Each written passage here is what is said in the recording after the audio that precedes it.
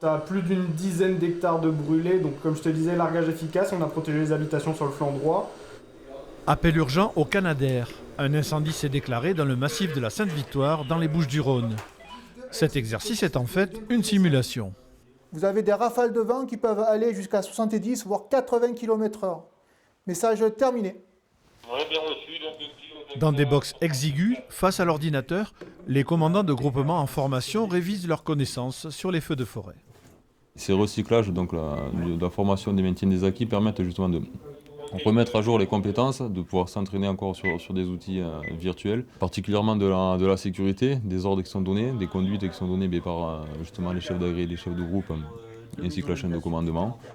Pendant un an, si on ne fréquente pas le feu de forêt, on a besoin d'une remise en question, d'une remise en route, et puis ça nous permet de se remettre un peu dans le bain. Météo, nature des sols, type d'arbres, accès aux pistes, présence de riverains, les feux de forêt ne sont pas simples à appréhender. Les chefs d'opération au sol et la lutte aérienne ont besoin d'ordres clairs, compris de tous, partout en France. L'important sur les gros feux de forêt quand les avions viennent, c'est qu'il y a une doctrine nationale d'emploi. Et donc les pilotes qui viennent de la base de Nîmes savent que sur le terrain, ils vont trouver des gens formés et qui parlent tous le même langage.